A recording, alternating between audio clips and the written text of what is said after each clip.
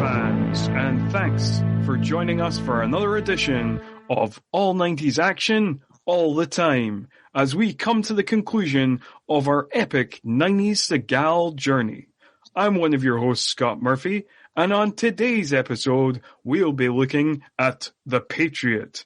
Who do I mean by we, you say? Of course I mean my two co-hosts. First up, we have podcaster, screenwriter, and a man who throws at least two people through a glass pane before breakfast, Mr. Kyle Hintz. Howdy. And alongside him, we have podcaster, screenwriter, and a man who is desperate to wrap this season up for the sake of his own sanity, Mr. Craig Draheim. So Thanks for having me. That's good comic timing right there, Craig. So now on to today's flick, which, as I mentioned, is 1998's The Patriot, which was directed by Dean Semler. This was his directorial debut. His only other directorial credits is for a film called Firestorm, which also came out in 1998 and was a kind of fireman kind of action flick, which also did not get good reviews. But he is also an Academy Award-winning cinematographer. He won his Academy Award for Dances with Wolves, and he was also the director of photography on Mad Max 2, The Road Warrior, and Beyond the Thunderdome as well, and a whole bunch of other things. So, yeah, interesting credits. Talking of credits as well, the writers of this film, people who wrote the screenplay, a Mr. M. Sussman and a Mr. John Kingswell, no other credits. The IMDb only lists this, and that's it. They were never seen again. The film was also based on a science fiction novel called The Last Canadian, which is a 1974 novel by a writer called William Hine. And do you know what this film has in common with the novel? Absolutely fucking nothing. Apart from the fact that there is a deadly plague in this movie, and there is a deadly man-made plague in the novel as well. That's it. The characters aren't the same. The locations aren't the same. The events aren't the same. It's a kind of like end of the world kind of type deal, apparently, in the novel. It's genuinely, I don't even know why they bought the rights to this novel when they were not going to make the film of the novel. They made this film instead, whatever reason. And this film is also notable for the fact that it was Seagal's first effort after parting ways with Warner Brothers. And although it was originally scheduled for a theatrical release, it became Seagal's first of many direct-to-video. In terms of reviews, it currently holds a 4.2 on IMDb, 20% on Rotten Tomatoes based on 10 reviews. It doesn't have a Metacritic score, so we'll skip that. And a 2.0 on Letterboxd. So, first of all, have either of you seen this film before? No. Kyle has not? No. I have, but I didn't remember it whatsoever. Like, I saw it like 20 years ago, retained no memory of it. I think, as I mentioned previously to you guys, I might have mentioned previously, actually on the podcast, that my only memory of it was that it was quite dull, and it didn't have a lot of action, and that was it. And the movie is quite dull, and it doesn't have a lot of action. To be fair, I watched it yesterday and still can't remember most of it. It doesn't retain well. Doesn't. That's why I watched it this morning, and I mean, it's fading. It's definitely like it kind of gently moseys along, and then it just kind of disappears from your mind. It's good that I did write down plot notes for the movie. The plot notes my plot notes actually start with the very first word I wrote was patriotism! Because I just thought that the music that comes over the credits is so kind of like America. That's what I felt. No, I agree. I mean, I feel like it didn't. The movie itself ended up not being as epic as that. Yeah, no, that's a fair point. That's a fair point. Like, yeah, the movie starts kind of epic because it has like that score that comes in, and then it has Craig's favorite thing, beautiful nature shots to open the movie. Like, I knew you'd be excited to see that, Craig. That was my first note, actually, is beautiful landscape. An exclamation point. Like the first sentence of my plot notes is patriotism, beautiful nature shots, bird noise.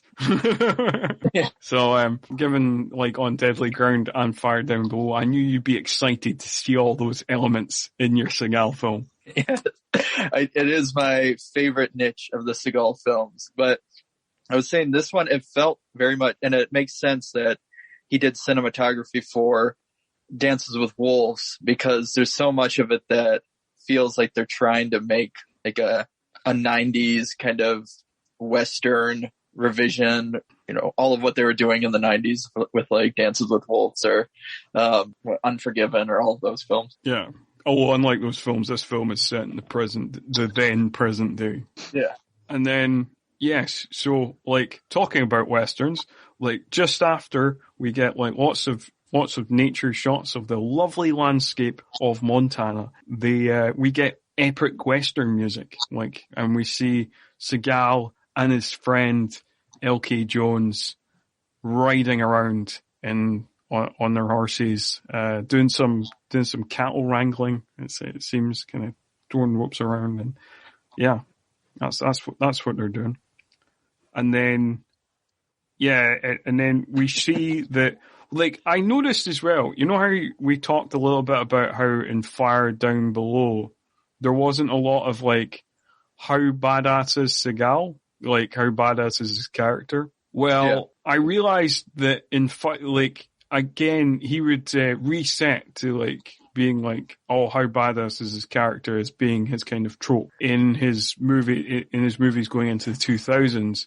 But I feel like the replacement for how badass is this guy in Fire Down Below in this movie is like how generous stroke kind-hearted stroke saintly stroke wise is this character.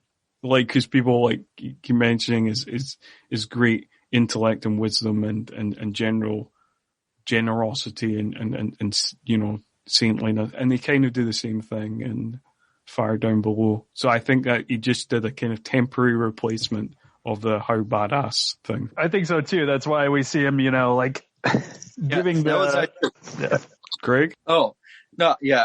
Kyle can go first. Okay. I was just going to say that I think that's why we see him vaccinating the cattle or whatever. But then also we get the kind of incongruity later when we have the couple action scenes we do where it's like, okay, why are you such a badass though?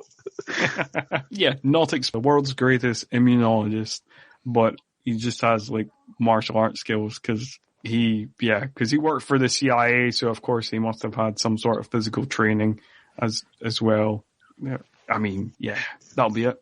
I think, yeah. So, like, after those, I also, like, just to show how saintly he is as well, we get a really kind of hilarious, cheesy moment where there's this, like we get, like, the eagle caw sound. Caw!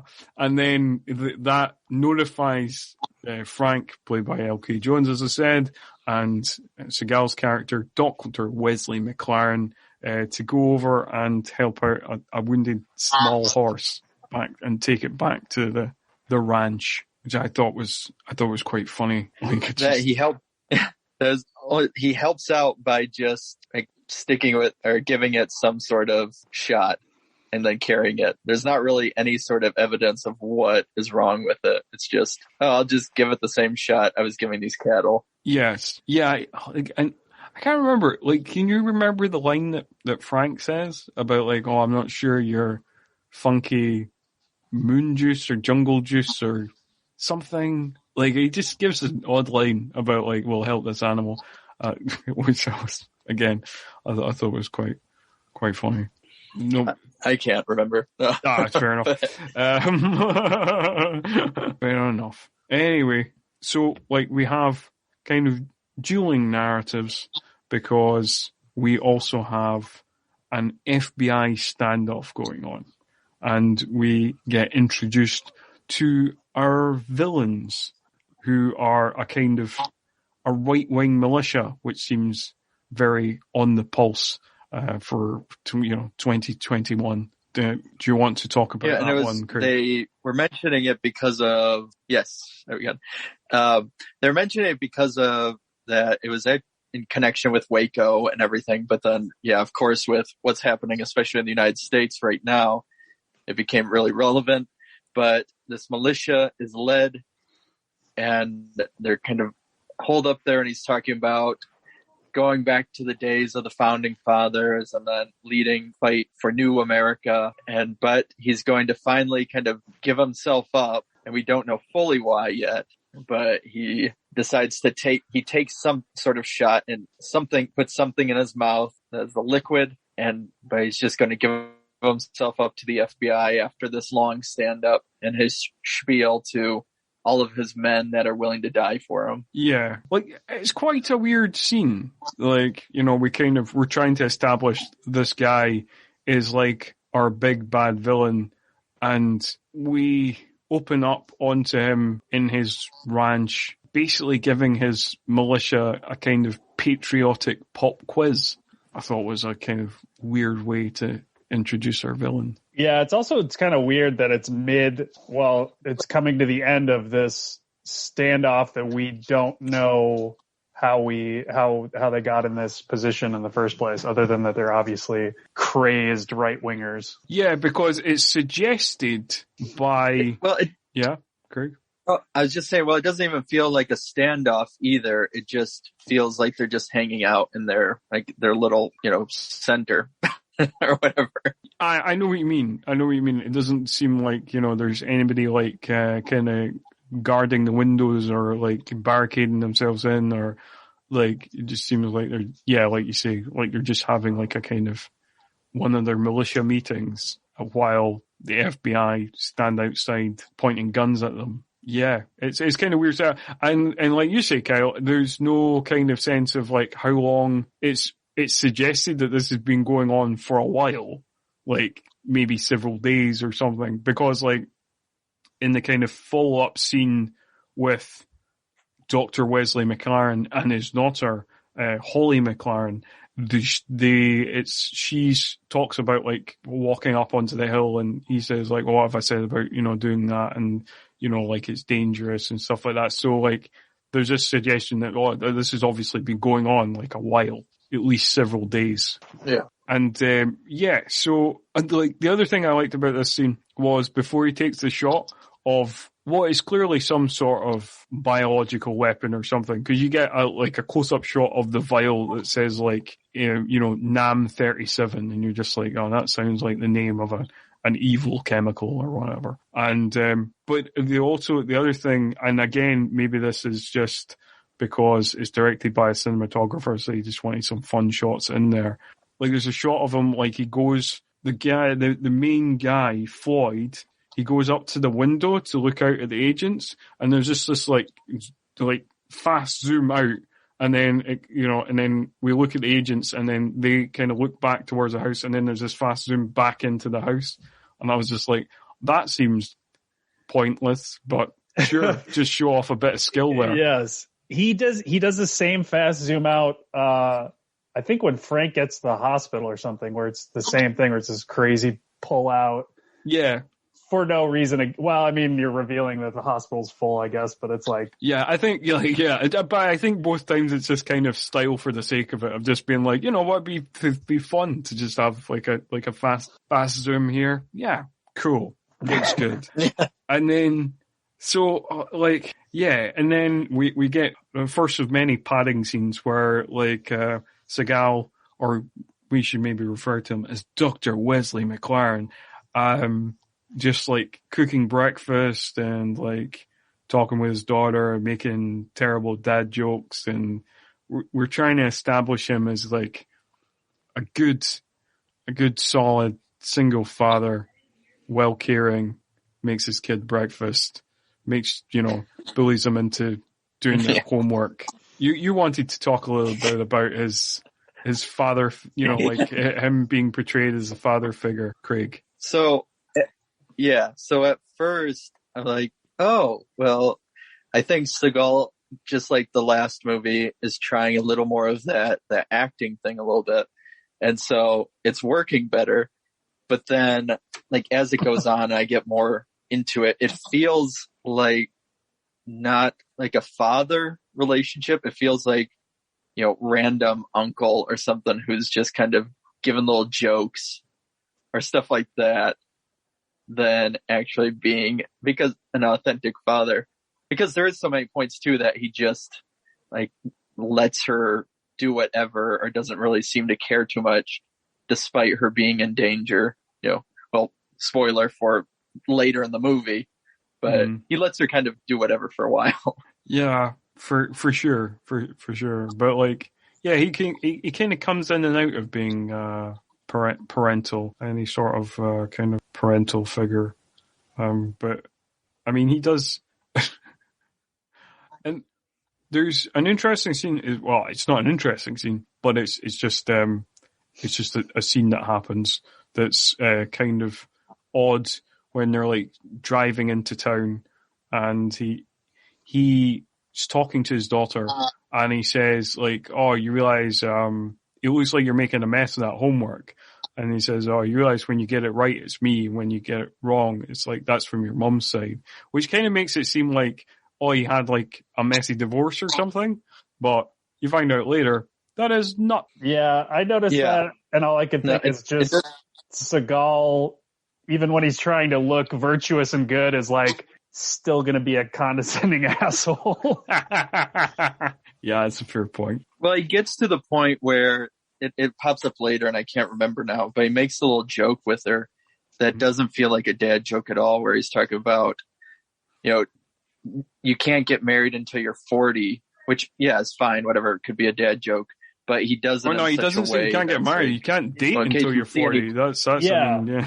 He also says right before that, don't flirt with anybody to like a 10-year-old girl. Yeah. Don't flirt with anybody. That's that's the part that I mean. It's like, why would you tell that to, because she's not like a preteen or a teenager or anything. It's like, she's definitely a small child, and it just comes off very creepy to me.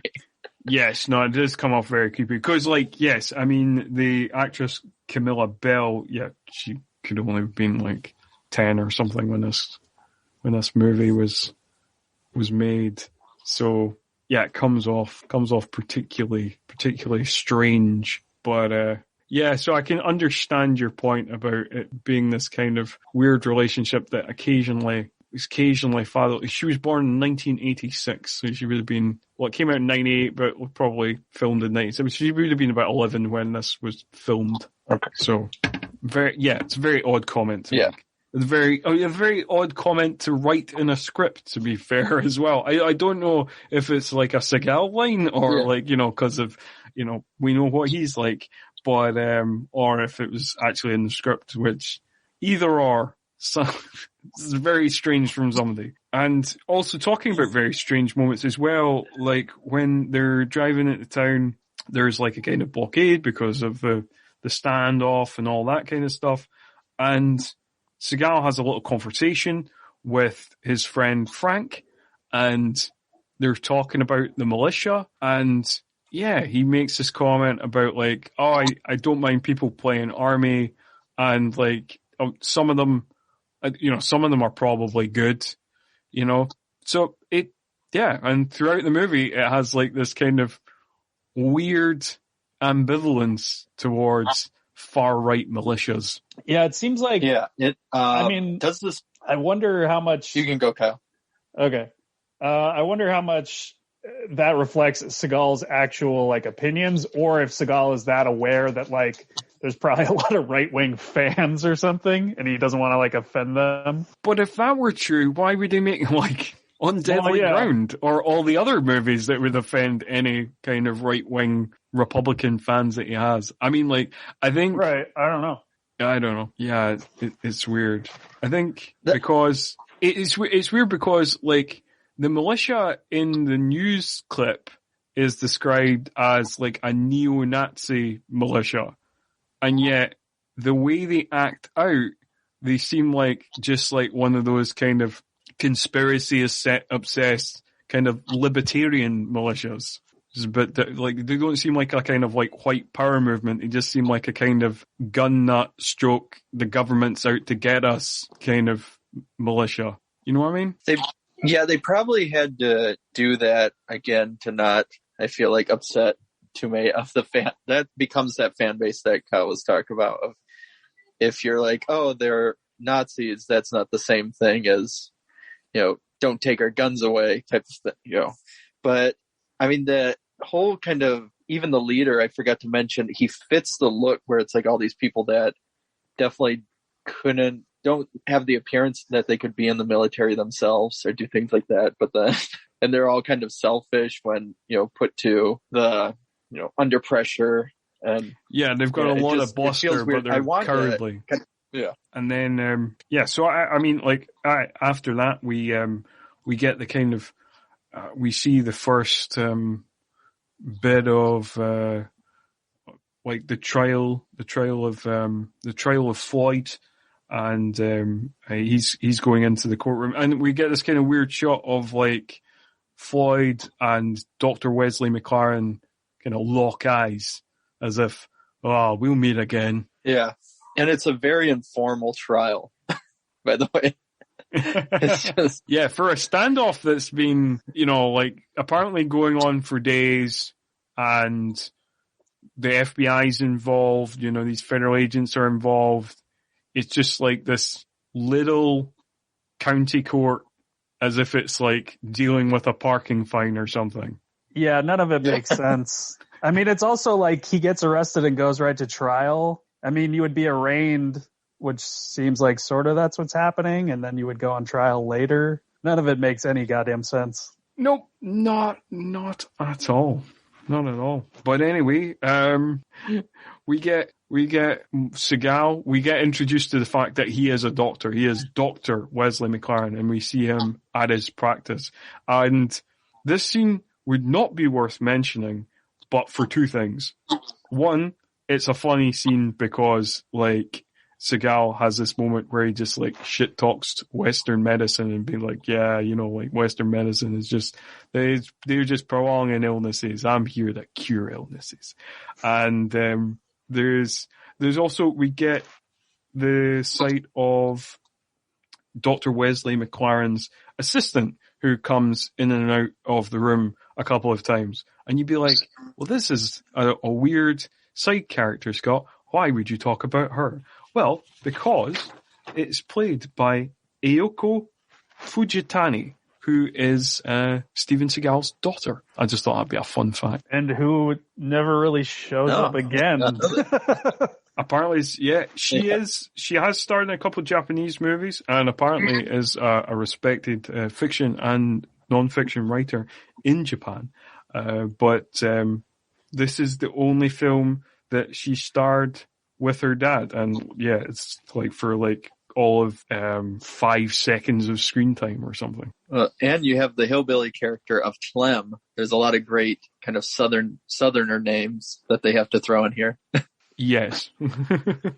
Because like all Steven Seagal movies, like whatever base they're from, it's always the most stereotype, caricatured version of the thing that he is, the kind of place and location that he is in. But yeah, so in that scene as well, the scene does become important because he gets a phone call. And who does he get a phone call from, Kyle? I don't remember the character's name, but he is another doctor. The character's name is Richard Back, and he's played by Dan Bean. Yes, and he is an old doctor colleague who is working with the government and trying to enlist Seagal, but he can't tell him any of the details. And this is where we get as well the kind of, like, not the how badass is he, but how knowledgeable stroke wise stroke saintly he is, because after he kind of declines Richard's offer to work on like a case, a kind of a contagion case, then he hangs up and there's obviously military guys in Richard's office, and they're like, well, just phone the next guy on the list. And then Richard's like, there is no next guy.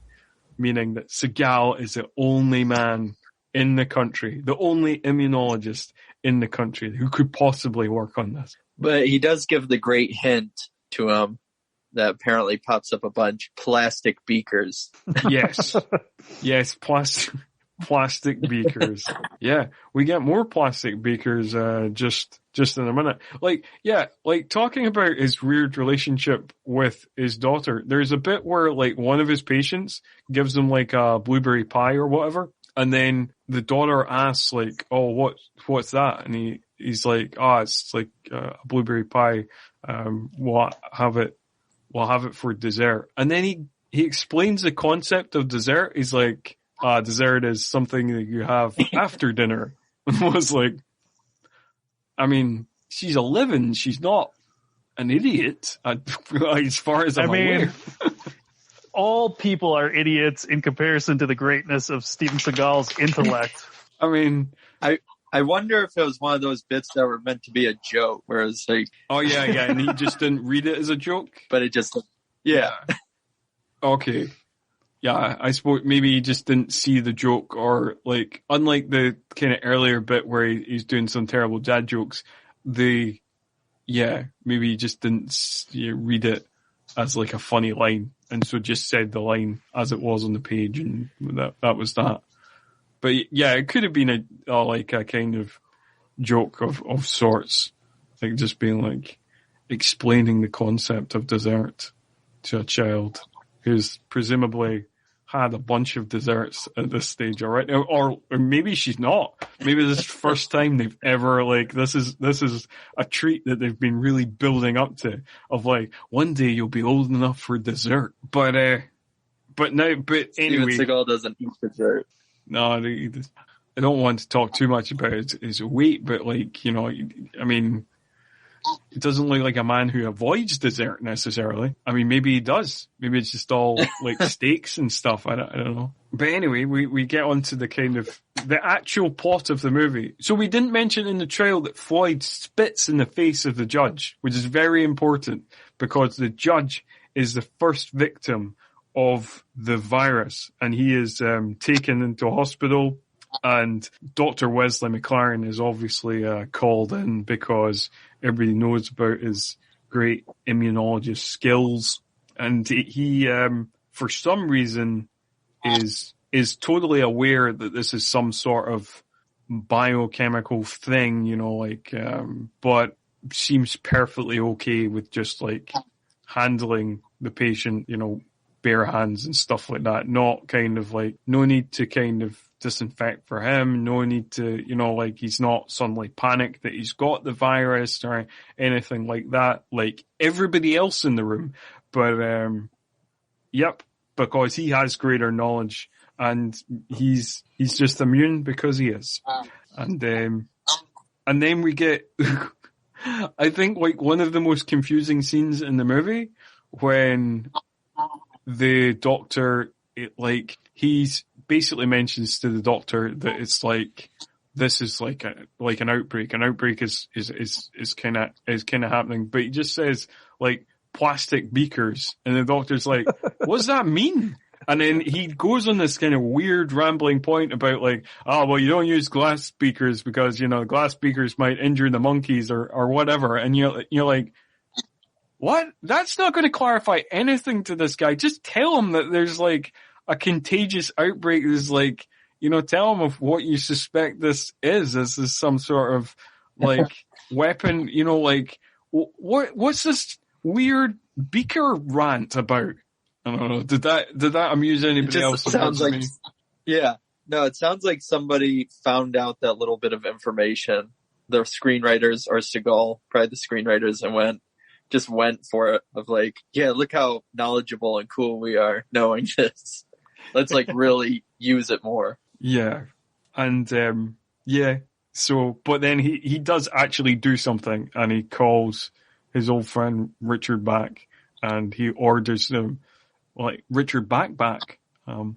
And he orders them to get the military in, and Richard Bach does. He gets the military in, and apparently there's a 20-mile perimeter, and we see the military coming down, and once they arrive, once Richard and the military arrive, Seagal gives he does a bit of Seagal speechifying as he preaches against the stockpiling of biological warfare, because whether it's us or whether it's the Chinese or the Russians, it's going to kill the whole goddamn human race. That's what he says.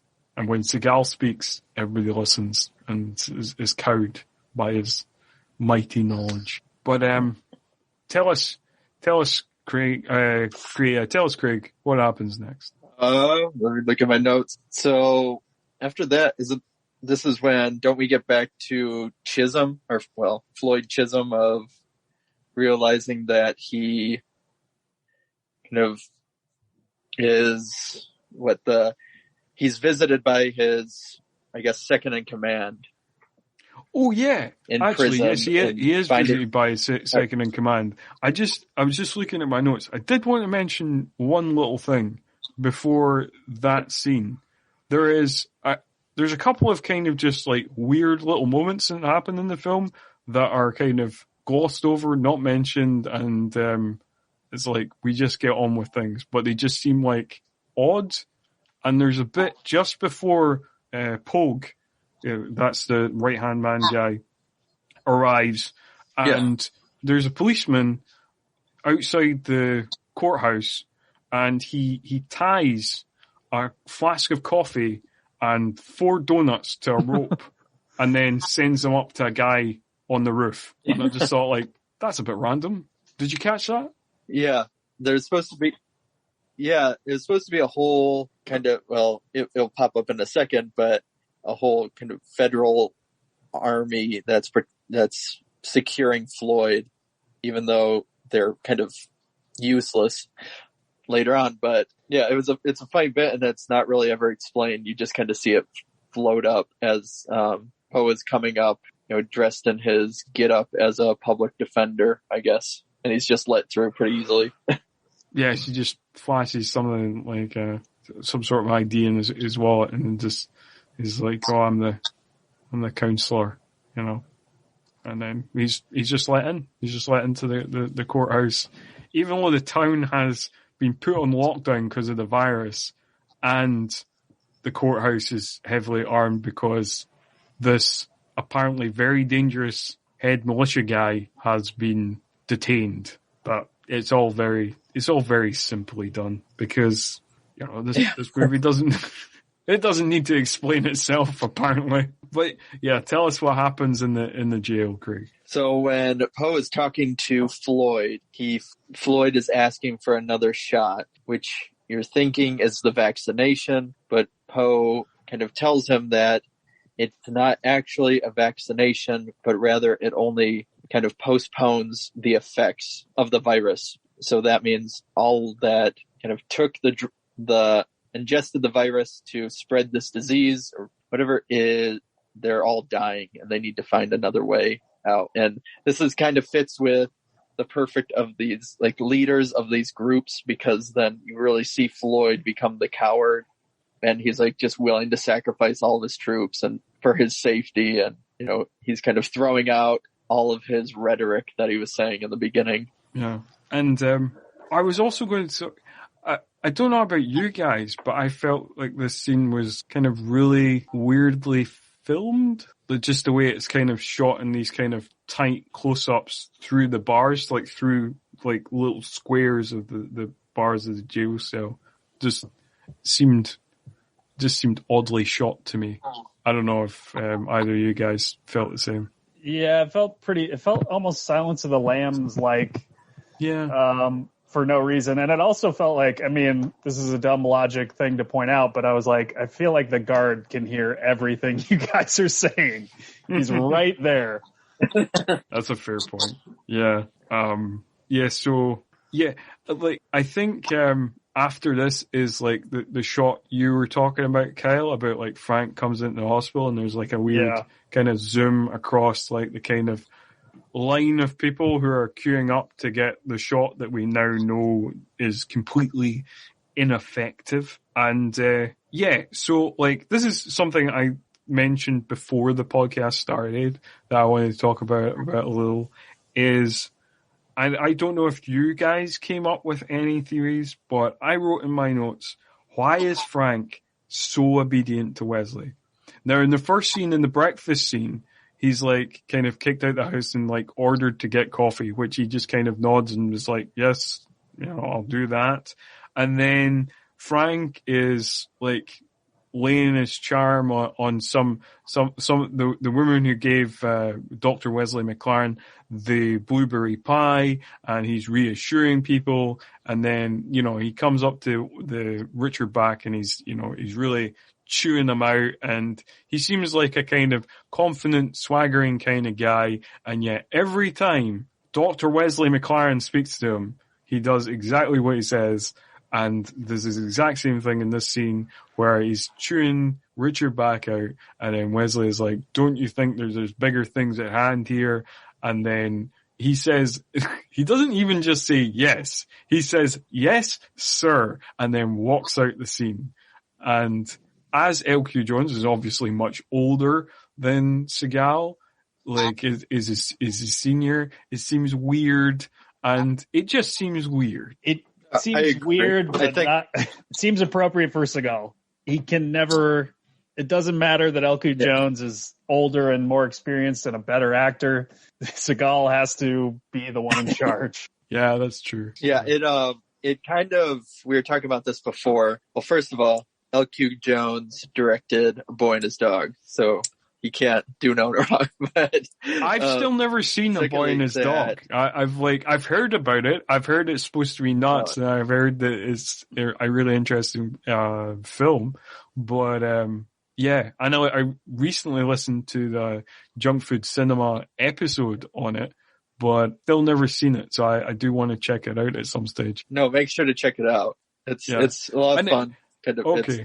And also, like, if any listener is not aware of L.K. Jones, you will have almost certainly seen him if you have watched a Western from the 60s or 70s. Basically, whether on TV or in the movies, this man his face just says Western. So, like, you've definitely seen him somewhere. Yeah, but so before we started recording, we were talking about I was mentioning, it feels like in the movie that Dr. Wesley would have been the older character, and that the Frank would have almost been like the kind of younger character that viewed Wesley as like his mentor, or was a hired hand or something like that from him. Yeah, I suppose, and I suppose the relationship would make a bit more sense that way. I mean, the fact that the character seems so cowed by Dr. Wesley, it seems a bit weird, but I suppose it does seem like one of those kind of, like the relationship between, it doesn't even really feel like the relationship between Batman and Alfred, because Alfred can be sarcastic to him sometimes, or like, I don't know, like one of those kind of Lone Ranger Tonto, Green Hornet Kato, I don't know, something like that. Yeah. But anyway, this is where, like, not a lot has happened. We have covered pretty much almost half of the film, and this is kind of, we're really elongating the highlights of what has happened in the first 40 minutes of the movie. But at about the 42-minute mark, we get some action. Tell us about the action, Kyle. Yes, these crazy militiamen break Floyd out of prison pretty easily, and they all kind of descend on the town, killing a lot of the army quarantine people and taking over the hospital because they've got to figure out a proper vaccination. In my notes here. I was entertained by two things in the courthouse attack. First of all, I've written here, soldiers taken out by invisible bullets, because we don't really see the hits initially when they're being shot at the courthouse. And then I also put no budget for explosion, because there's a scene where they've taken out the rooftop guards, and then they're going to go into the courthouse to break Foyle out of jail, and they roll like what is like an explosion into the courthouse, and they shut the door, and then it explodes off camera, and then you just see the aftermath of like the bloody walls and a couple of kind of dead guys, and that's it. And I was like, okay, just run out of budget or something, maybe. Yeah, it all felt like way too easy, like just because. What I didn't get either is that. Go for it, Craig. Yeah, in this kind of whole ordeal, they even kill a lot of the doctors that would be helping to like find a cure.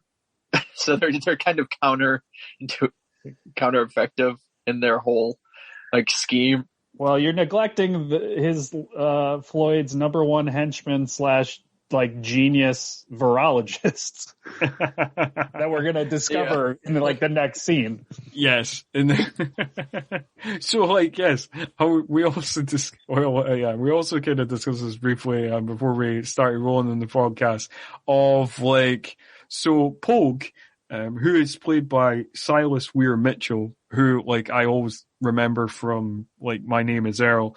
He's kind of like. He's the Everett McGill. He is the John C. McGinley. He is henchman number one. And yet, suddenly, he puts on a pair of glasses and he's like maverick, magic science guy who suddenly has all this science knowledge, who suddenly knows all about blood work and knows, what to do, and isolates the fact that Seagal's daughter is the one, not his actual daughter, his daughter within the film, is the one who is, has got the blood that's immune to it, and they need to get Holly, and it's just like it just comes out of nowhere, because up until this point he's just seemed like a goon. Well, and we also established the power of glasses because later. When Seagal's making his ID, and then when he's like doing stuff in the lab, he throws sunglasses. Yeah, I did feel like there was like a script note somewhere that was like intellect equals glasses. Oh dear. But like you said, Craig, they're just like killing indiscriminately, like killing like a lot of doctors that seem like they could be very helpful, and then when they've kind of already taken control of the hospital, then Floyd like kills like another doctor, and Pogue seems very, kind of flustered by that of like, oh, well, this is too far, like even though they've already like killed like a whole bunch of people.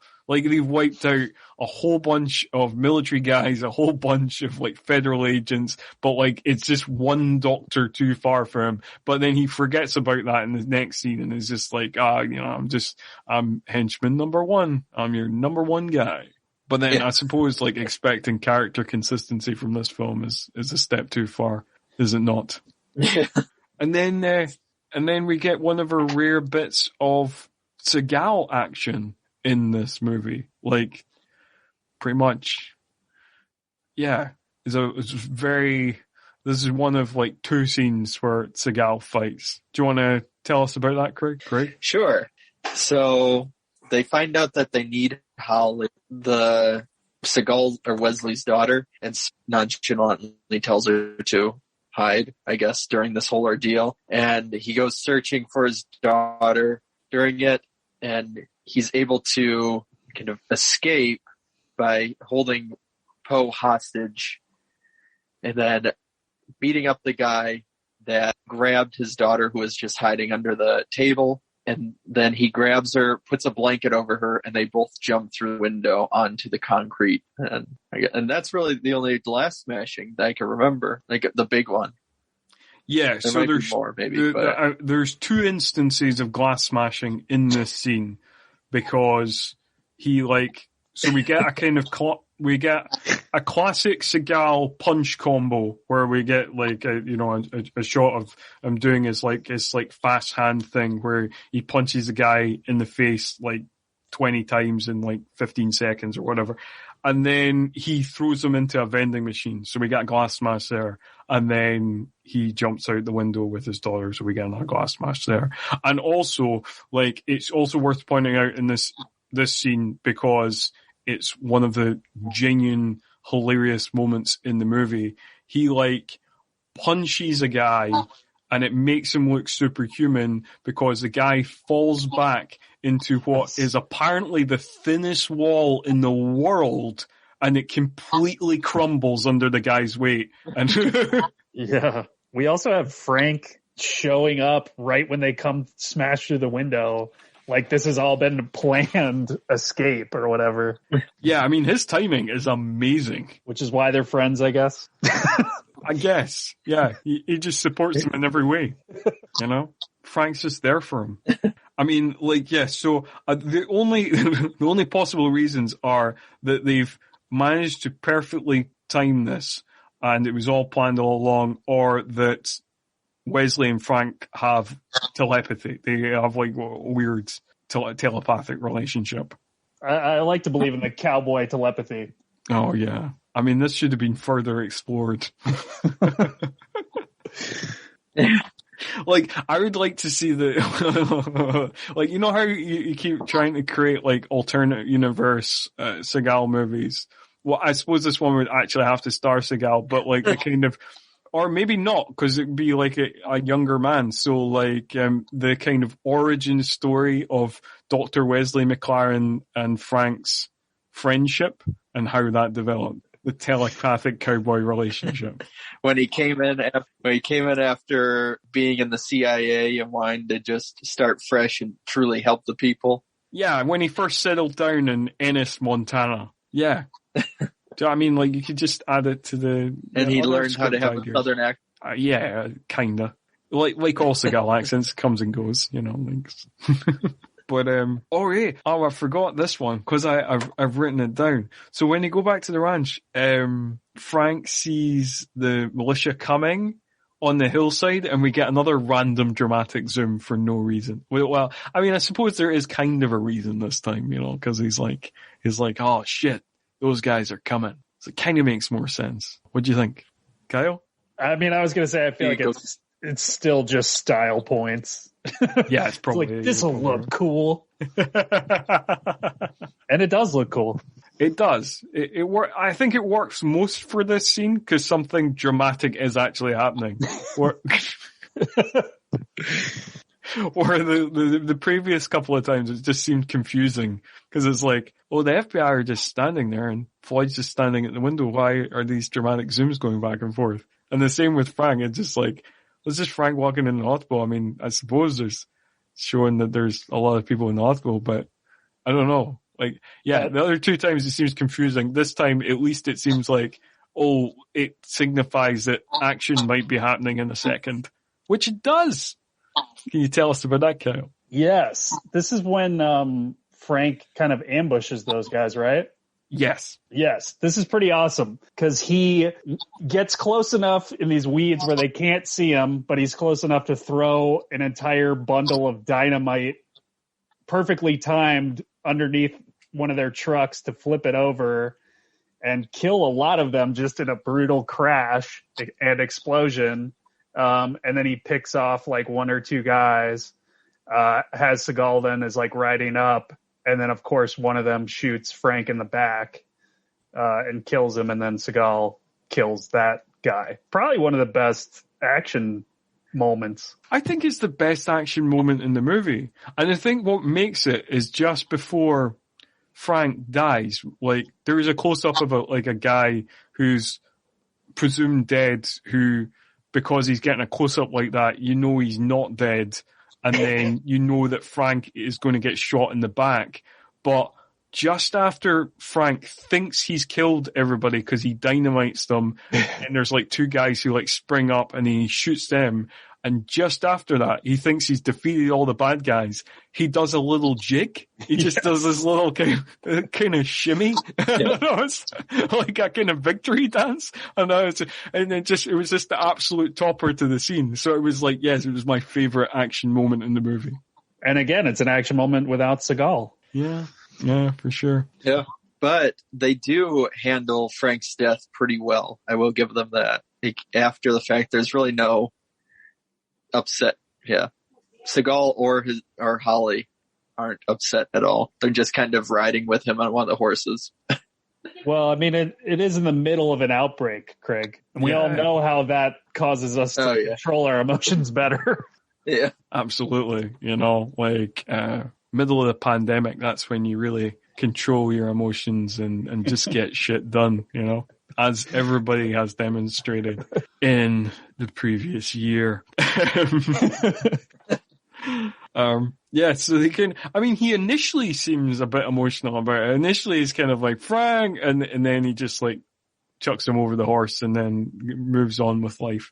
And then, so Holly and Wesley then ride up to Grandpa's house and, where they bury Frank. They give him a burial, and we get introduced. We are at this point, we get introduced to a character who is made to look like a somewhat important supporting character. But I mean, this is well into the movie, at this stage, I think we're nearly an hour in, and this movie is only 90 minutes long. And, but yeah, we get this other character, Anna. And Dr. Anne Whitecloud is her name. And I like the little back and forth that her and Wesley have about the virus, and she kind of jovially, because it's a Native American character, kind of jovially says like, it's payback for smallpox. Take that, you white fuckers. That's which begs the question, why help? That is true. I mean, that would be almost funnier if that character was just like, that would be great. Just like exit the movie after that. Just being like, you know what? I don't care. It seems like Native American people are immune, so it sucks for you guys. We're taking our country back. In terms of alienating audiences, that might have been a step too far, I suppose. But yes, so yeah, after that, it's we get more. We get there's a lot of this film that's just kind of dramatic horse riding. We just get big dramatic Western music, lovely nature shots of, the state of Montana does look lovely, but lots of kind of padding of just kind of people looking serious on horses, and we get more of that as we ride off into the secret government facility that nobody knows about, apart from Dr. Wesley McLaren, who obviously used to work there. Craig, do you want to tell us about the secret government facility? Yeah, so he goes up, they go to this little area, and it's just basically a hatch that will lead down into this, underground facility. And he shows his identification, part of which he made on the computer right beforehand. And he tells them who he is, and then they just open the door and let him in. But when he gets down there, the guards, or the soldiers that are definitely sick, then question him and say that they're just following orders and that they can't be just letting him in. They don't know who he is, until he beats them up, points guns at them, and then they let him go and do his work and try and help them. And they're sick too, because this fits with our current situation. They thought the virus was bullshit. And so they went up to do their training anyways without their hazmat suits. Which is the most amazing detail to me in this whole movie is like, you guys work in a biochemical lab of some sort, and there's a supposed outbreak, and you're like, nah, that's bullshit. Okay. That's just like a conspiracy theory, man. I'm going to go work in this underground hidden lab. Yeah, where they appear to, I mean, like, because this is the lab that Dr. Wesley McLaren used to work in. And it has been implied throughout the movie that basically his job was to create biological weapons and, and then, come up with ways to contain them as well. And yet, being around that every day does not guard these guards from being like, no, we don't, even though we work in a laboratory where we make these exact sort of things, we don't believe that these things actually exist. Yeah. But then again, you can never, it does seem like you say, it does seem like on the money for our times. I think this version of the Patriot should be shown in schools now as a good example of what will happen. Or just that scene. I'm just being like, we didn't believe it was a thing. Oh, look at them now. But maybe the other bits as well, because like you say, I mean, it fits in between the, right-wing militias and the, pandemic material. I mean, I suppose it's just kind of ripping off a bunch of things or ripping stuff from the headlines as well, because obviously, that was all kind of prevalent at the time as well, because there was those kind of pandemic movies that kind of kicked off by Outbreak. And I remember, like, if you kind of look at the headlines in the late 90s, I remember everybody being very terrified of things like Ebola and stuff like that. And, and even the kind of militia stuff, because of what had happened throughout the 90s in Waco and the things with the Oklahoma bombing and all that kind of stuff. So that kind of stuff was in the air in the 90s as well, even though it kind of, we can tie it to our time as well. It was bubbling at that time too. Yeah. It is, we've talked about, very topical. Yeah, it is very topical. Although I did, like, the interesting thing about the, like, militia stuff is the militia in the movie seems quite similar to an actual militia from the 90s called the Militia of Montana, which was founded by brothers John and David Trockman. And the set of the movie was threatened, like, there was, like, anonymous phone calls that threatened it was threatening the production of the movie that claimed to be from this militia. But then the leader of the militia, John Trockman, denied that they were threatening anybody and said that they would help investigators investigate anything, and even said that he had talked to some of the people the staff on the movie, and felt that he was confident that it would not present all of the militia people as bad people, as kind of crazies. And it does seem quite similar, because, like, I read a little bit about the Militia of Montana, who apparently believed in the New World Order conspiracy, thought that NAFTA was designed to enslave Americans, believed the Second Amendment was designed to provide for armed insurrection against the established government, thought affirmative action was racist, and that individuals who own their land outright should be able to be considered sovereign. So yeah, it seems quite similar to this real life militia. Apparently, they were popular in the 90s, but after 2000, apparently numbers dipped and they kind of faded away. Damn Y2K. I wonder how much Seagal, like, milked that threat, though. As you can just imagine Seagal just feeling so like proud to continue on. Oh yeah, probably. He'd probably make this threat sound even worse. That like it probably just like a couple of cranks. It'd be like, stop this production. We'll do something if you don't stop filming this. Whereas like Seagal is like, they threatened to put anthrax on the set, or they like just kind of blow it up out of proportion, and to make himself look more heroic. He's probably the one that did it. He just wrote the letter and that, where he cut out the letters from newspapers, whatever.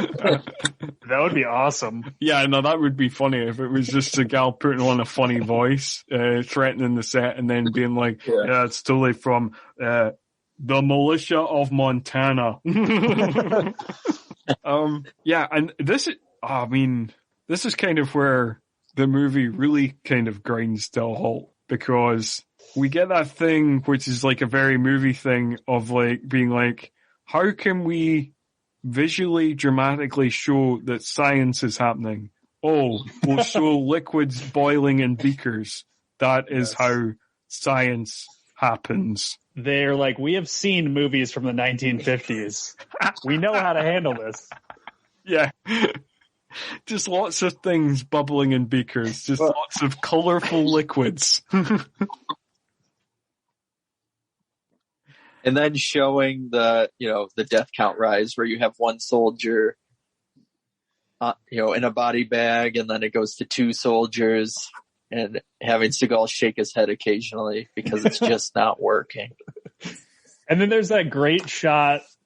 I think it's towards the end of the whole sequence, but there's a shot like going down a hallway that Seagal's at the end of, and they keep cutting back and forth to this dramatic like dolly in on Seagal, all weathered from doing science or whatever. Cup of tea in hand. Yes. He also does the essential, has to throw stuff around because he's so frustrated about the science not being sciencey enough. That was like the most ridiculous part of the whole movie, probably, where they're like, we've seen other movies where people are frustrated too, and this is what happened. Yeah.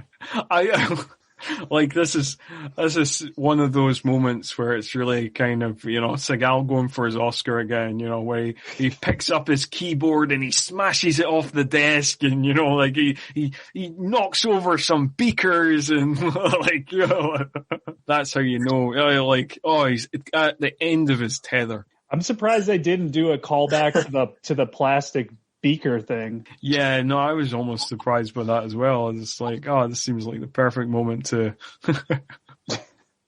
drive this into the ground. But it does get to the last soldier, and he gives one of the best lines, where the soldier's scared of dying, as recurs throughout the thing. They talk about horses, why they go off alone to die, or stuff like that. Well, the soldier's scared of dying, and he gives them an order, and that's not to die. No. That's right. And his reading of that line is really quite something. But we also discover what the cure is in this scene as well. Can you tell us what the cure is, Kyle? Oh, yes. It's the homemade tea of Grandpa that Seagal has been drinking. And it just goes to show you that, you can't abuse the land, for it will save you. I don't know. Insert some sort of wisdom here. Yeah. So some sort of as Grandpa tells us, we can't seek wisdom. We've got to let knowledge come to us. So, yes. Not sure. Yeah. So just let the knowledge seep in. That's the lesson here. Somewhat confusing lesson, but so during this time, I forgot that we kind of skipped over because it's not really important, but we start seeing how there's like a young militia kid who's regretting being a part of the militia, or seeing that Floyd isn't totally truthful. We kind of see that there's more hints with the grandfather and Holly talking about the flowers a little bit. There's a bunch of little scenes that are, again, just like Anne, as I put, what is the purpose of Anne? They're not important at all, but they're nice little fillers. Yeah, no, that is true. So, like, yes, I do, like, it is, I think it deserves to be mentioned because I do think it's quite a kind of, it's supposed to be this kind of big emotional kind of moment, or this kind of moment where you're supposed to really kind of think for a second or something, you know, it's supposed to kind of tug at the heartstrings, but it just comes off as kind of naff and funny, where, like, at the start of the movie, as we mentioned, Floyd gives a patriotic pop quiz, and we, you know, like, we learn about some Thomas Jefferson quotes, we learn about some FDR quotes, and then, like, I think it's part of the way the kid says it. It's just, he says the line, it's obviously supposed to be really heavy. And he's just like, is this what Thomas Jefferson would have wanted? And Floyd just brushes him off. So, obviously it's supposed to be this big serious moment. And then, obviously, it is not. Because it's a silly movie. But anyway, what's going on with the plot, Kyle? Well, this is when Floyd kidnaps Seagal and his daughter. I can't remember, like, do they leave they leave the lab and are going home when they get they leave the lab, and they there's more dramatic horse riding, I think, and they come back to the ranch. Yes, and they get ambushed. So this is another just could say this is another bad dad moment where he just, like, tells her to go off and, you know, saddle up the horses, even though he knows these militiamen are after his daughter. He's like, you know, do that while I'm going to just go back into the house. Yeah.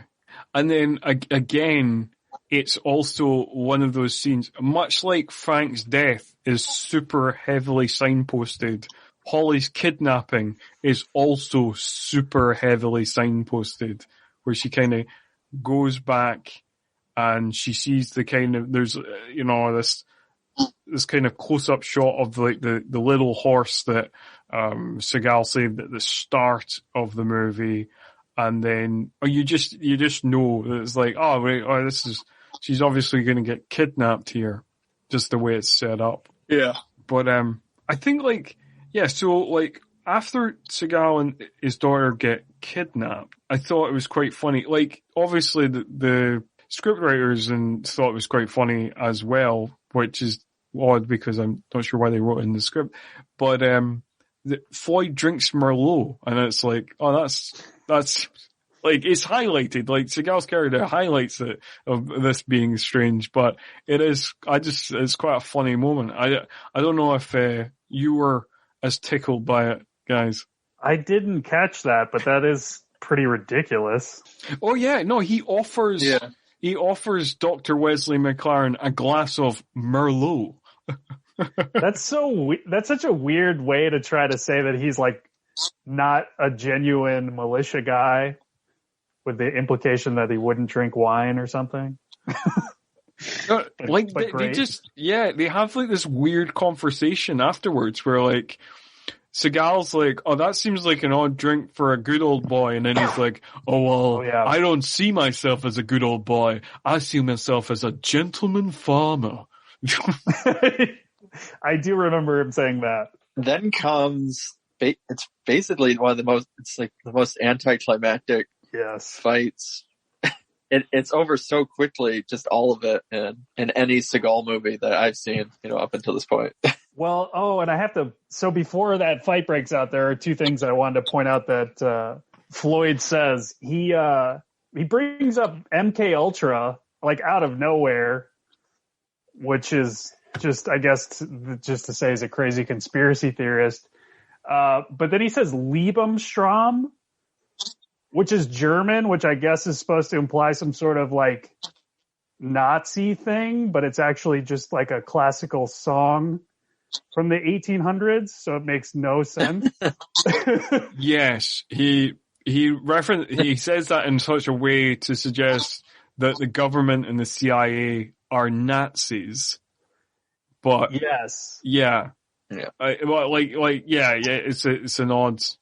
it's an odd moment. Yeah, and it's kind of, I don't know, like, I almost feel like that part was like Seagal of, like, just being like, oh yeah, let's have some like conspiracy theory stuff in there because like that's always fun.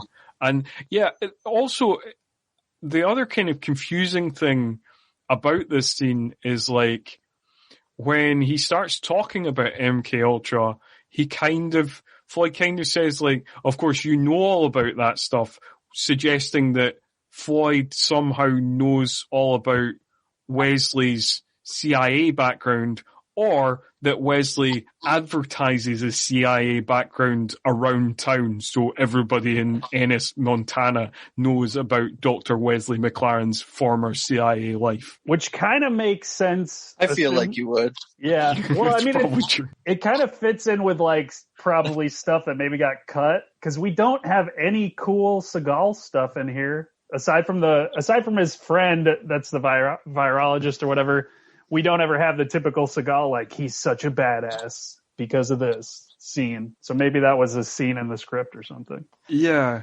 I think, because there's not much of that at all. And I think, like, the only kind of badassery is kind of scenes around, like, oh, what a badass is connected around his intellect. And, like, the closest we kind of get to that is, like, he's the only man on the list scene. Mm-hmm. And then other than that, we don't really get much of anything in regards to the typical Seagal tropes on that. You know, I mean, there's not a lot of the typical Seagal tropes actually at all. Like, as we mentioned, we only get 2 glass smashes, and they're, neither are that spectacular. That's wwhy I felt like it was meant to be a Kevin Costner movie or something.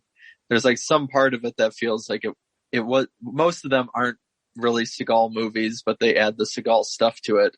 But this one feels even more so. I feel like that it wasn't a Seagal film. It was meant for an entirely different actor. That's the odd thing about this movie, actually, because there's other films like that. I mean, we discussed that last time in the Far Down Below episode that, like, it wasn't initially a Seagal project. It was like rewritten for Seagal. It was initially offered to Bruce Willis and he turned it down, and then it was, it had a rewrite. It became the Seagal film. But as far as I'm aware, as far as I ran into it, like, after the contract ended with what was cancelled by Warner Brothers, this film was largely financed by Seagal and his production partner and their production company. I'm just trying to remember his then production partner he fell out with, Julius Nassau. So it was Seagal Nassau production, and I think they like mainly raised the finance on this picture. So I don't know. Like, it seems like it was pretty much a Seagal project from the get-go. I can understand where you're coming from of feeling like it's, could be like a Kevin Costner project or something like that. But it seems like it was got this kind of project together, and then it was like put out by Touchstone. So I mean, maybe because of his, I was just gonna say maybe because of his age, or that he was getting a little bit slower or something. He was trying to do like a career shift into more dramatic territory or something. I don't know. Possibly. I mean, obviously he's wanting to. I mean, because of his discovering of his spiritual awakening, as he described it, that happened around 96 when he was doing Glimmerman, and he was wanting to do more peaceful pictures that promoted peace and spiritual things. And also on top of that, he seemed less keen on physical exertion of any sorts, because he was kind of slowing down, because at that time he would have been in his late 40s, which, is positively sprightly nowadays. But at the time, was on the older side for the action star. But, I mean, you can be starting as an action star in your late 40s nowadays, so. But, so we're really quite, so we didn't actually mention how Floyd died. Like you said, he dies in kind of slightly anticlimactic fashion, but rather brutal fashion as well. So it's kind of satisfying, just the brutality of it. But do you want to talk about that, Craig? Sure. So during the drinking of the Merlot, Seagal or Wesley ends up snapping the cup snapping the stem of the wine glass off without apparently the glass breaking or anything. And then he just quickly stabs the wine glass stem into Floyd's head. And then he shoots one of them. I think he punches out another guard, and then he finds Poe with his daughter Holly, and Poe is having the change of heart that kind of pops up, kind of doesn't throughout the movie, but saying that he doesn't want to die and it wasn't really ever his idea and he warned everybody against it. And so Wesley says he's not going to kill him and he just knocks him out, and then they leave. And that's basically it for the fight. But I mean, we do get some entertainment because they leave and we get a shot of them running away from the ranch, and we get some of that classic uncoordinated Seagal run, which I always, any scene of Seagal running always entertains me, so that amused me. He always has his arms flailing, yes. And it's always like, I don't know where he learned to run, but it's one of the oddest runs I've seen. And then that's basically the end of the movie, but it's not quite the end of the movie, is it, Kyle? Tell us how the movie goes on out. It's not quite the end because they make it to town and the government is dropping all the leaves the petals from the wildflowers that are the cure down on the town, telling everyone they're going to be okay and that they just need to pick up these petals and like boil them in water. And it's the perfect ending. It makes the worst as much sense as anything else in this film, I suppose. Yes. Yeah. Greg, you were going to say something? The worst part for me is that they just scatter the petals all over the ground. It's not like they collect them and then hand them out to the citizens. So now these people have to then run around and pick up dirty petals on the street or stuff like that themselves. Yeah, I know. It doesn't. I mean, like, I did think of, there's so many ways they could have done it, but obviously they picked the most insane way. Like they don't go around giving bags of the petals to people. They don't like brew the tea and like have trays of tea going around the town. No. They fill up the helicopters full of petals and just drop them on the town. And they just randomly pick them up off the street, just kind of brush the muck off them, stick them in a cup of tea, boil them up. There you go. I'm sure you'll be fine. That's what they say, like you will be fine if you do this. Just do that. And, I mean, there's the other issue as well, is that, what if there seems to be like a lot of older people in town, what if they're hard of hearing? They don't fully hear the instructions. They're like, what are we supposed to do with these pedals again? Oh, look, oh no, the helicopter's gone. Oh no, I'm just gonna die. Well, yeah. What if they're too sick to even get up and exactly. get the pedals themselves? Exactly. Like there's a lot of people in the hospital who are currently near the point of death who do not have the strength to be picking up petals or even boiling a kettle. Yep. I mean, it is literally the least practical way to do it, but as Kyle pointed out, the absolute perfect way for this movie to do it. Okay. So that is the end of The Patriot. That's how we go out. And we just go out with some, we don't go out with a Seagal co-written song this time. Just go out with some kind of vaguely Native American sounding music. And that's how the movie wraps up. And I don't know, shall we do best and worst? I'm not sure what best and worst is, but like, yeah, well, let's do best and worst. Craig, first. Yep. So my best is probably the LQ Jones fight scene. Well, the little bit of, I guess, battle that he has. Or Yeah, that's it. I don't know what else. But my worst is actually probably the kind of just the end fight, and just, yeah, it's just very anticlimactic. And I think the switch around of, I don't know, the plot, I felt like, and I talked to Kyle beforehand, that almost feels like the discovery of the cure and everything should have been before the hospital massacre fight scene, or some sort of way of doing that, of building up. But yeah, so I guess the finding the cure portion that just becomes really a lull in the movie is my worst. Okay. And Kyle? Yeah, mine's basically the exact same. LQ Jones throwing dynamite is obviously the best, and then the science montage is kind of the best worst. Yeah, like I want to be a kind of rogue. I want to be out there, pick something different. But no, I mean, like, that is it's not. I can't, because like it pretty much is the best and worst.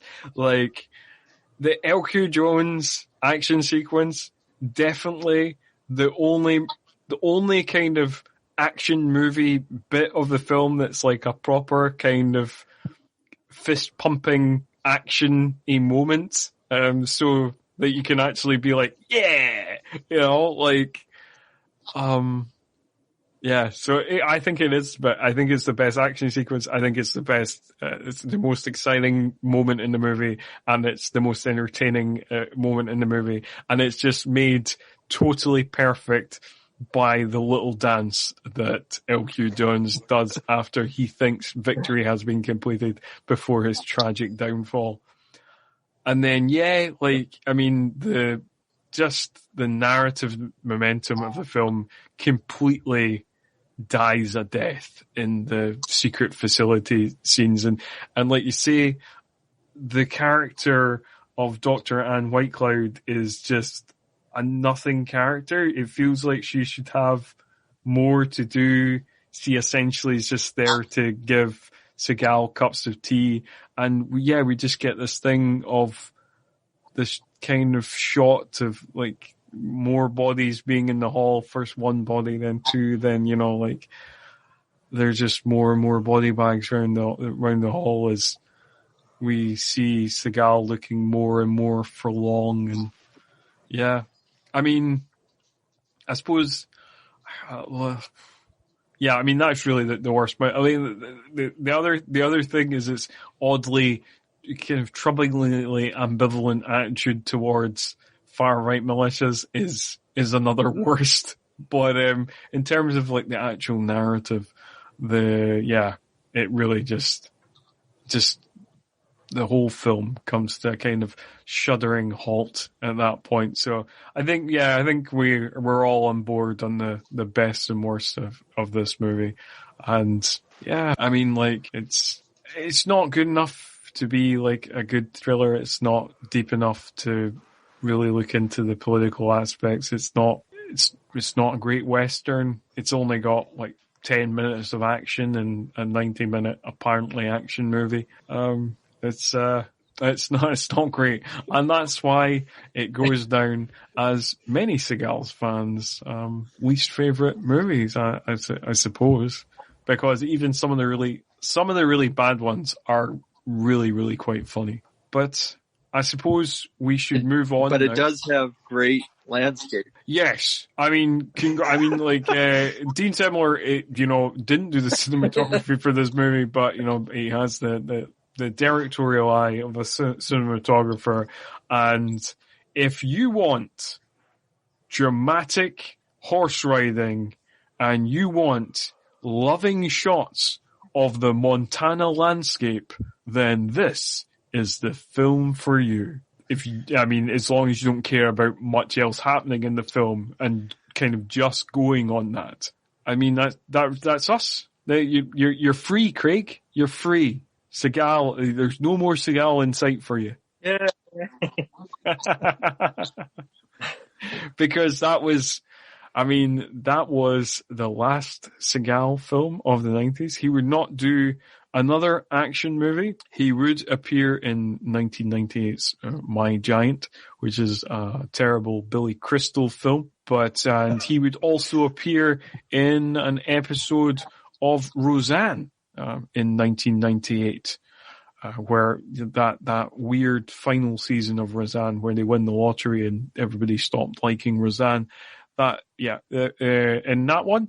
So, that was his 90s. He wouldn't do anything in 1999. And he would keep making direct-to-video movies pretty much after that. He would try a theatrical comeback a couple of times in the early 2000s, which we can't talk about like those movies because that's the 2000s. This is an all 90s all the time podcast. So like we're just talking about that. But yes, he would try that a couple of times with Exit Wounds, which if you are a Seagal film, worth checking out. And he would also try it with Half Past Dead, which even if you are a Seagal film fan, no, not worth checking out. So there you go. And then and then he made 1 million direct-to-video, direct-to-DVD films in the preceding 20 years or whatever, some of which are quite fun, so most of which, I wouldn't even bother watching myself. There's a few I've read about in the Seagalology book, and I'm just like, I'm not touching that with a barge pole, but there is a couple of ones in there that are quite fun. And, but basically, the highlight of his post-2000 output is probably Exit Wounds, and the best stuff was the 90s. So you're really getting off the hook, really, Craig. Because if this was all 2000s action all the time, it'd get real dark. Yeah, I have seen the vampire one. Or zombie one or whatever, where it's basically a Blade knockoff. Against the Dark. I've not watched that. That's supposed to be one of his very worst. I mean, that has a terrible IMDb rating. That's got one of his lowest IMDb ratings of any of his movies. Yeah. Really scraped the bottom of the barrel, Craig. Even for Seagal. Even by Seagal standards, you've scraped the bottom of the barrel. Yeah. What's the worst of his 2000 output you've seen, Kyle? I guess it would be Half Past Dead, because I think I've only seen Exit Wounds and Half Past Dead. Oh, okay.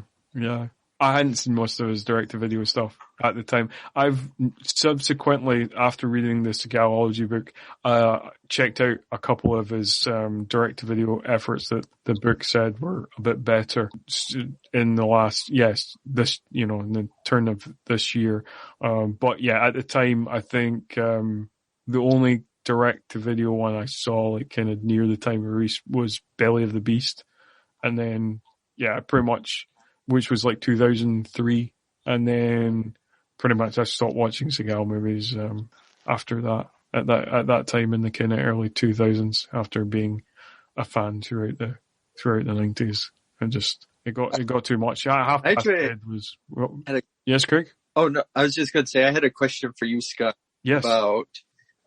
so much of, Seagal, where you have these other action stars that kind of have this, this international appeal, also because they're, born from another country. You have Schwarzenegger, you have Lambert, you have Jean-Claude Van Damme, all of them. Sure. But Seagal is so much kind of, even in his work, about here's the American people and, the down to the earth, even though he can't match with them or anything or relate to them in any way because of his acting. But I was actually really curious watching all these. I wonder what it was like, I guess how Seagal is in an international market versus somebody, like Schwarzenegger, Jean-Claude Van Damme, all of the other action stars that we will be covering if you keep listening to this podcast. Which hopefully you will. The next season we will be covering Stallone, and that'll be coming in a little while. But I think Seagal, certainly initially, because if you look at his box office, there's not the divide is quite even, in terms of what he brought in domestically and what he brought in internationally. I think he would even bring in slightly more internationally than in America. Okay. And throughout the 90s. And I feel like part of the reason for that might be the targets that he is against. So the fact that he wasn't just another action star fighting the Russians or whatever, that he was like fighting the man, and he was like fighting American foreign policy, and like his first movie Nico like directly targets the Iran-Contra affair, for example. So like, because at least superficially they have like this kind of more liberal leaning, I feel like that might appeal to a European audience or an international audience. I don't know. Like, I mean, I think it was certainly as a kid, I think it was part of the appeal for me. And I feel like he's kind of familiar as well. Like, I was thinking about the persona that like Seagal is kind of his own franchise. Like any franchise has its kind of rules and things that you can kind of check off the list of like, okay, that's got to be in this movie. That's got to be, like there's certain things that have to be in a Mission Impossible movie. There's certain things that have to be in a Bond movie. And I think like Seagal movies are kind of the same. I don't know if that's, would have any greater appeal to an international audience, but it's just something I noticed. And also, I feel like his persona, like I was thinking about Seagal's persona, and I was thinking Seagal is essentially Bruce Bond, like in that he has taken like parts of Bruce Lee's persona, like, nobody is a physical match for him. He has a tendency to kind of, kind of philosophize and kind of, act wise, even though Bruce Lee does a much more convincing job of that. And, and he's also like, he's very much like James Bond, like kind of, the kind of how badass is he scene kind of happens in James Bond a lot, kind of, because James Bond is a great action hero and a terrible spy because everybody knows who James Bond is. And just like in a Seagal movie where there's, nearly everybody knows who Seagal is, just like nearly everybody knows who Bond is, apart from like one guy who asks like, who is this guy? And then we get like an expositionary dump of like, how great Bond is, stroke how great Seagal is. And also, much like Bond, he is like always the smartest guy in every room, like he's always portrayed as being like, he's multilingual and he's knowledgeable about this thing and that thing. And so I feel like he's like, maybe there's a familiarity to that persona as well, to like an Asian audience, a European audience, because I feel like he has taken parts of James Bond and he's taken parts of Bruce Lee and he's added his own ponytailed Aikido thing onto it, and then that's who he is. I don't know. Does that answer your question? No, it does. I mean, I just know I grew up in rural northern Michigan, and it was kind of one of those things where, like, growing up during that time, it was even for somebody like Stallone, if it wasn't a Rocky movie or Rambo movie, nobody really seemed to care. But Seagal was surprisingly big here. Mm-hmm.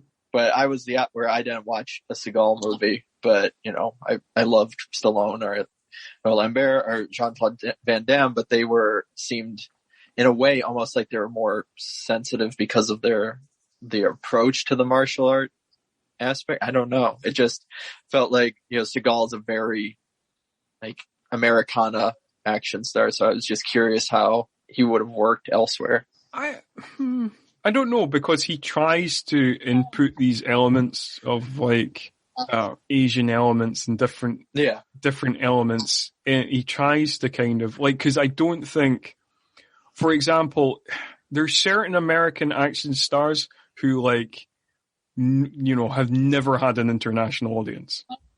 Like, because they're so American, like international audiences just don't understand them. Like Chuck Norris. Like Chuck Norris has like you know, his movies, you know, made some money in America. Like, I know, like, he was never like a massive box office star. You know, he was always like a B movie action star. But like, yeah, you know, like, I don't think, like, his kind of bigger ones, Delta Force or Missing in Action, Lone Wolf McQuade or whatever. Like, if you looked at the box office numbers, it'd be like, they probably made like nothing in Europe. And I feel like, cause he's super American in a way that I think international audiences are kind of off put by. Yeah. No, that all makes sense. Yeah. That's why I was just curious. And watching more now, I can understand it, you know, since I've actually watched some of these, but I think, coming from it as a novice or things like that, that's kind of the view I got. At least, you know, growing up and watching all these as a child and then, you know, growing out of it. Yeah. Okay. For sure. But yeah, it makes sense what you're saying. And also, like, while I remember, actually, on a completely different note, I do want to make a correction from the previous episode because I don't want to be giving out fake news, basically. I don't want to be giving out the wrong information. So I do want to make a correction from the previous episode. So in the previous episode, if you listen to our Fur Down Below episode, I made an analogy between applying logic to a Seagal movie and that driving you insane, just like it would drive you insane if you thought too hard about the geography of the Marvel Universe. Now, I feel this point was correct in essence because so much of the Marvel Universe live and work in New York. However, I said in my little rant that Spider-Man, the Fantastic Four, and Iron Man all live in Manhattan. After the recording, I remembered that our friendly neighborhood Spider-Man actually comes from Queens, and then I also was like, I don't think Iron Man comes from Manhattan either. And he doesn't. He comes from Long Island. So just in case you are a Marvel fan listening to the show and you got kind of all worked up, there's no need to get worked up because I'm correcting it right here and now. I just want you all to know that Spider-Man, Queens, Iron Man, Long Island, Fantastic Four, actually Manhattan. That was the one I got correct. One. So even by Meatloaf standards, I'm failing. You know, it's 1 out of 3 is bad. So there you go. But I just wanted to make that correction before we move on to the end of season awards. So as we move on to the end of, because we've reached the end of this Seagal season and we need to wrap up. So we'll quickly go round. Craig, you go first. So your choices for in whatever order you want to give them, your best Seagal film of the ones you've covered, your worst, your best villain, and your best Seagal beatdown. I mean, like, I was going to say best Seagal fight scenes, but I've decided to describe them as beatdowns because, like, the other person doesn't usually get much of a chance. So, like, so that's best film, worst film, best villain, best Seagal beatdown. What are your choices, Craig? Okay, so my best film is actually going to be the first one that I covered, since I'm only going off of what I've covered on here. And it is On Deadly Ground. The reason for that, and I've talked about in the other episodes, is just because of, I guess, coming into it and how silly it was. And that even though it does take itself so seriously, it feels kind of like a mock of, like something like a shoot 'em up or some kind of spoof of what an action movie is. And and it had an over-the-top amount of Seagal-isms that I got to learn from all of you guys. So that was great. And my worst, I actually will have to say The Patriot, I think. I think Glimmerman is close, but there's kind of parts in Glimmerman that work, that I've talked about, or there's characters that work, or such as like Brian Cox is villain, that I think kind of beat The Patriot out. My best fight, my best beatdown, it's actually a dual part. The solo one is Everett McGill in Under Siege 2. But then the kind of group beatdown that he likes to do in a bar is the On Deadly Ground one, because it ends with it takes time for the whole, what is the essence of a man, or line. What does it take to change the essence of a man? And then my best yes. And it's time. And I thought, and again, because it's so ridiculous and silly, that's what I chose for my group beatdown. And then the best villain, just because of his sadism and whatever reason, is Everett McGill as the kind of mercenary leader. All right. Okay. So not going for a lead. That's it for me. The right-hand man. Okay. So, Kyle, we got best film, worst film, best villain, best Seagal beatdown. What's your choices? All right. So best film, I'm going to go with, I'm actually going to go with Hard to Kill because of the 7-year coma, the training montage, and the O'Malley of it all. We still never got justice for O'Malley, man. No, we need to make that a hashtag. Hashtag justice for O'Malley. Release the Seagal cut. You know? Yeah, which is just a shot of them at the funeral with no dialogue or something. So yeah, I mean, worst, I'm gonna have to go with the Patriot too, just because. Yeah, I don't even know if it's the worst film, but it's definitely the worst Seagal film. Yes. Best villain is going to have to be Screwface, mainly for the name, but also just because he has voodoo, supernatural supposed powers. And then best fight is got to be, I mean, it's Out for Justice, the pool hall scene. Yeah, right. Yeah. For sure. And I mean, yeah, I would totally concur with that. In fact, I think a couple of my awards would be, I mean, nearly all of them I think would be the same as yours, Kyle, because the best Seagal beatdown, best fight is definitely the pool hall scene in Out for Justice. It's the apex of his career in terms of showing off his martial arts, and there's so many different elements to that scene, and I think the height, the kind of zenith of the scene is the stick fight that he has with Dana DeSanto. It's amazing. Yes, it's for sure the best fight scene. There's other ones that I think are very good as well, including the, what does it take to change an essence of a man, cupcake scene in, On Deadly Ground. There's a few ones. The liquor store fight in Hard to Kill is really good, but no, it's definitely that fight scene in Out for Justice.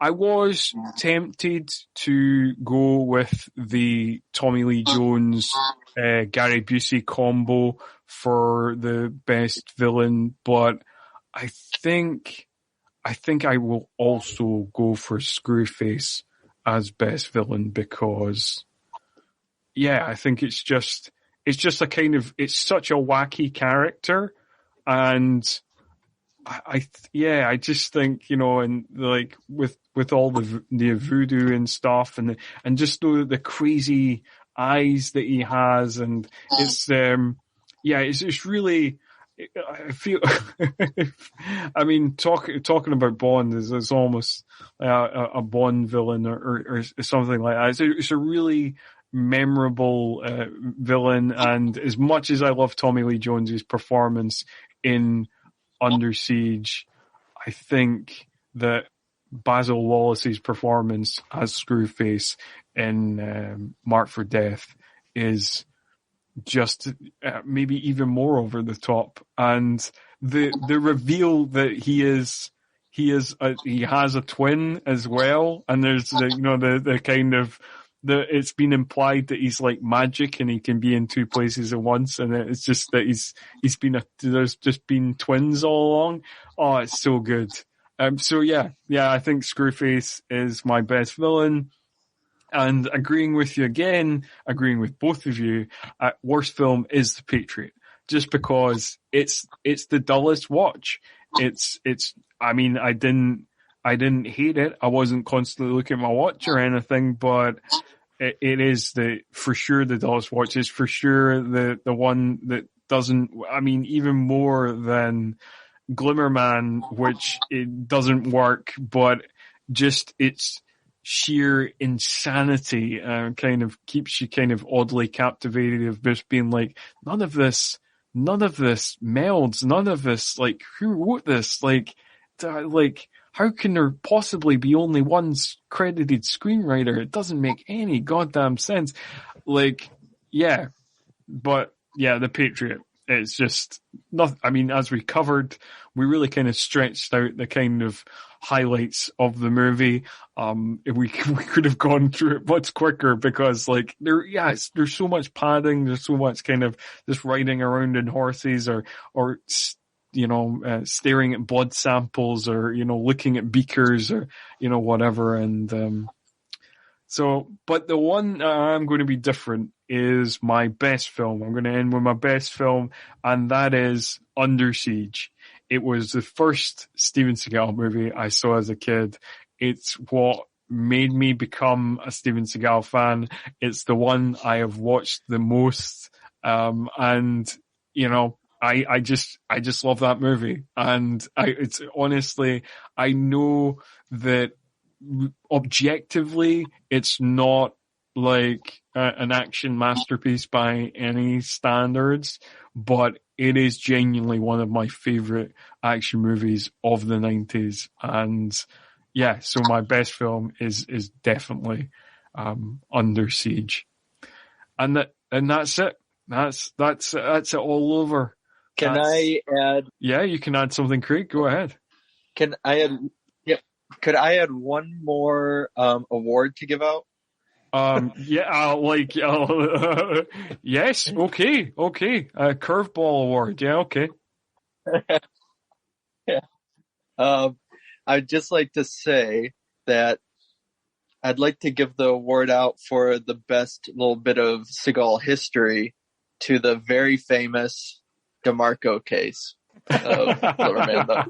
Oh dear. Yeah, that's good. Yeah, the very famous DeMarco case that was very well explained, and we all know absolutely what everybody means when they say the DeMarco case. Yeah, I don't know. Like we should have maybe done like a kind of best of like how badass is this guy? Like I think.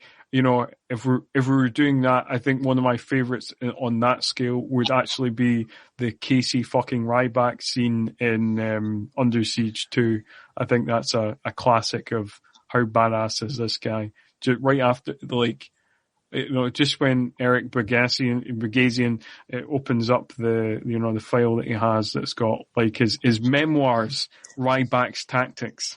And if we're giving out Deadly Ground has some great ones too. Oh, yeah. I mean, like, On Deadly Ground, like, both visually and in dialogue has some great kind of how badass is this guy.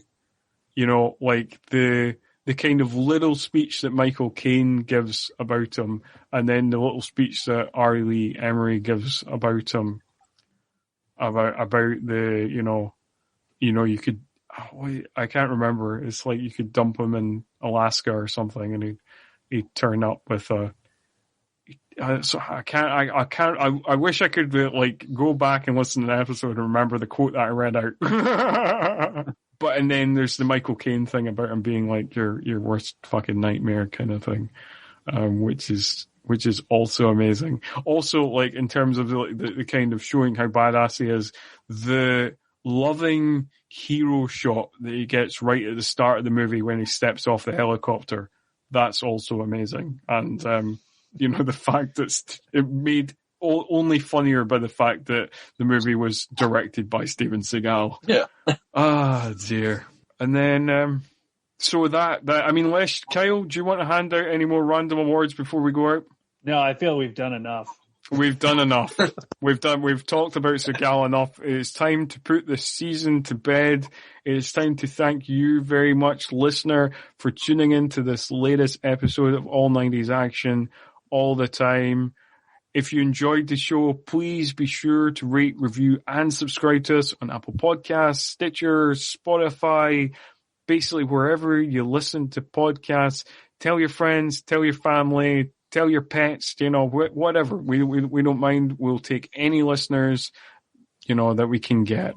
And also be sure to tune in next time, where we will be having a special bonus episode where we will be covering the film Rapid Fire.